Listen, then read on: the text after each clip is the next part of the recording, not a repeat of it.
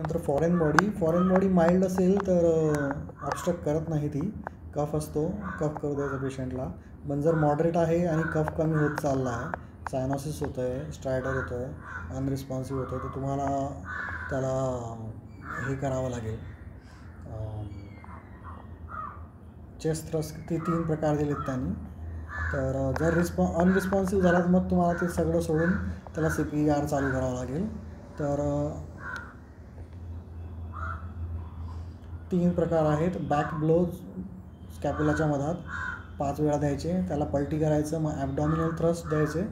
आणि लहान मुलांमध्ये चेस्ट थ्रस्ट द्या, त्यांचं लिव्हर मोठं असतं, फुटून जाईल म्हणून. लेस दॅन 1 इयर ॲबडॉमिनल नका देऊ म्हणतो तो, इंजुरी होतात. आणि ओबेस असेल तर तुम्हाला एनसर्कलच करता येत नाही, म्हणून त्यांना चेस्टवर द्या. सिमिलरली प्रेग्नन्सीमध्ये अनरिस्पॉन्सिव्ह झाला की मग तुम्हाला पुन्हा तेच ॲक्टिवेट करा, EMS आणि हे चालू करा. फिंगर स्वीप करू नका दिसल्याशिवाय, नाही तर ते पुश होऊन जातं आतमध्ये. मोस्ट कॉमनली सॉलिड असतं व्हॅलेक्युला किंवा एपिग्लॉटिसच्या वर. रूट ऑफ ॲडमिनिस्ट्रेशन हे बघून झालं आहे आपलं, व्हॅसोप्रेसिंग बघून झालं आहे. नंतर हे इम्पिडन्स थ्रेशोल्ड डिव्हाइस म्हणून आहे. तर जेव्हा आपण चेस्ट कंप्रेस करतो तेव्हा एअर पण खेचली जाते, चेस्ट रिकॉईलमध्ये एअर खेचली जाते आत. तर ते काय म्हणतात त्याला, नेगेटिव्ह प्रेशरसारखं, स्पॉन्टेनियस ब्रिदिंगसारखं होतं. तर मग त्याच्यामुळे काय, स्पॉन्टेनियस असा आपल्याला वॉल हवा की तो स्पॉन्टेनियसमध्ये उघडेल, परंतु चेस्ट कंप्रेशन नाही उघडणार. तर याचं त्यांनी 10 सेंटीमीटर ऑफ H2O त्याची हे आहे निगेटिव्ह प्रेशर. तर तेवढं काही जनरेट होत नाही चेस्ट कंप्रेशनमध्ये, त्याच्यामुळे तो वॉल ओपन होत नाही. आणि पेशंटने जर स्पॉन्टेनियस घेतलं ब्रेथ तर तो ओपन होतो. आणि एक्झलेशन पॅसिव्ह आहे, एक्झलेशन होतं व्यवस्थित, एक्झलेशनचा काही प्रॉब्लेम नाही आहे. इनहेलेशनल इकडनं होणार, स्पॉन्टेनियस तर इकडनं एअर जातच नाही.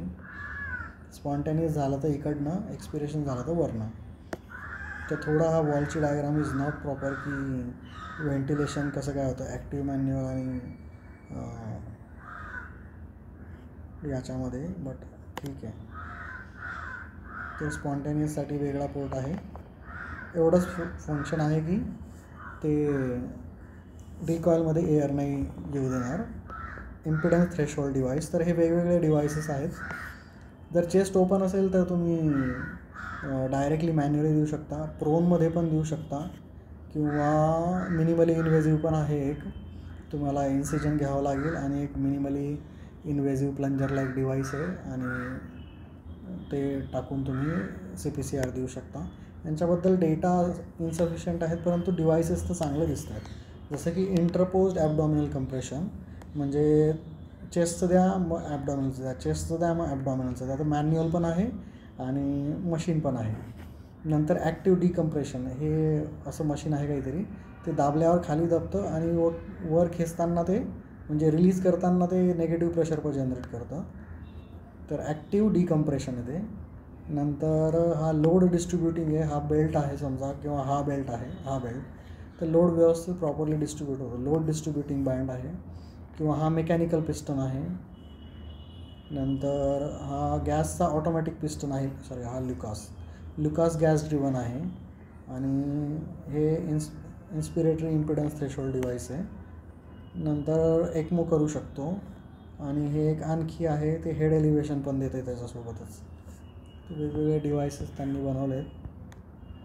नंतर फेज्ड कंप्रेशन डिकम्प्रेशन आहे, त्याच्यात थोरॅकल ॲबडॉमिनल पण आहे आणि डिकम्प्रेशन पण मिक्स केलं आहे.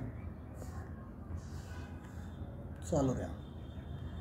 इन्फंटमध्ये 60च्या खाली गेलं की तुम्हाला CPR चालू करायचं आहे, वाट नाही बघू शकत. 1/3 चेस्ट डायमीटर कमी झाला पाहिजे.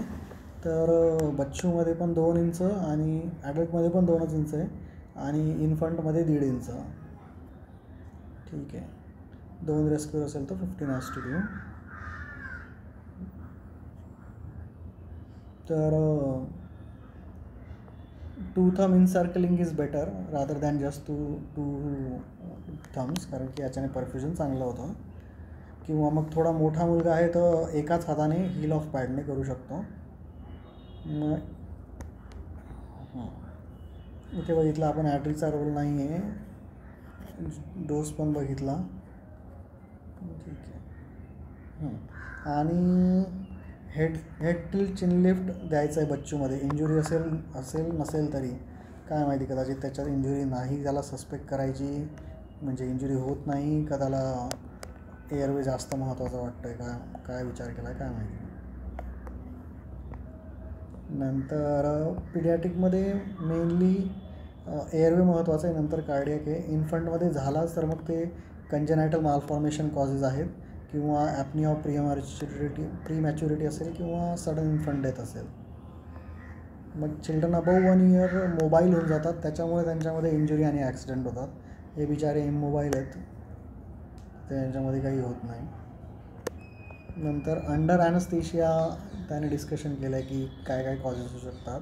तर एअरवेचे कॉजेस असतील, CICO असेल, एअरवेचे रिलेटेड इश्यूज असतील, ऑब्स्ट्रक्शन असेल किंवा प्रीमॅच्युअर एक्स्ट्युबेशन असेल, फॉरेन बॉडी असेल, ब्रीदिंगचे इश्यू असतील, लॅरिंगोस्पाझम, ब्रांकोस्पाझम, न्यूमो, नंतर aspiration, residual effect, pulmonary oedema किंवा सर्क्युलेशनचे प्रॉब्लेम आहे, एम्बोलिझम किंवा व्हायझोवॅगल एम्बोलिझम कशाचे, एअर, फॅट, ॲम्निओटिक फ्लुइड किंवा infarction, blood loss, circulatory causes आहेत. वेझोवेगल होऊ शकतं किंवा ड्रग इंड्युस्ड आहे, स्कोलिंगमुळे हायपरकॅलेमिया झाला किंवा एखाद्या ड्रगचा ॲनाफायलॅक्सिस झालं किंवा इनॲडव्हरंट इंट्राव्हस्क्युलर इंट्राथ्रिकल काही ड्रग गेलं. स्पायनलमध्ये काय काय कॉजेस, स्पायनलमध्ये सडनली वेझो डायलेट होतं, प्रीलोड कमी होतो, सिव्हिअर ब्रॅडिकार्डिया होतो त्याच्यामुळे, आणि कधीकधी रिफ्लेक्सली ब्रॅडी होतो, पेनमुळे असेल किंवा स्पायनलमुळे असेल. तर ॲट्रो द्यायचं आहे. ग्लायको पटकन काम नाही करत, प्रॉब्लेम तो आहे. 1 ते 2 मिनटात ॲट्रोच काम करत आहे, त्याच्यातही त्याने फुल डोसच लिहिला आहे. त्याच्यानंतर इफेड्रिनचा पण त्याने फुल ॲम्पूलचा डोस लिहिला आहे. तर ब्रॅडिकार्डियासाठी नॉट अरेस्ट. आणि ॲड्रिनालिन मग 200 माईटपासून चालू केलं याने. आपण ॲनाफायलॅक्सिसमध्ये 100 माईटचा बोलच देतो, याने थेट 200 फक्त ब्रॅडीसाठी लिहिलं आहे. इफेड्रिन पण पूर्ण डोस 1 ॲम्पूल लिहिला आहे.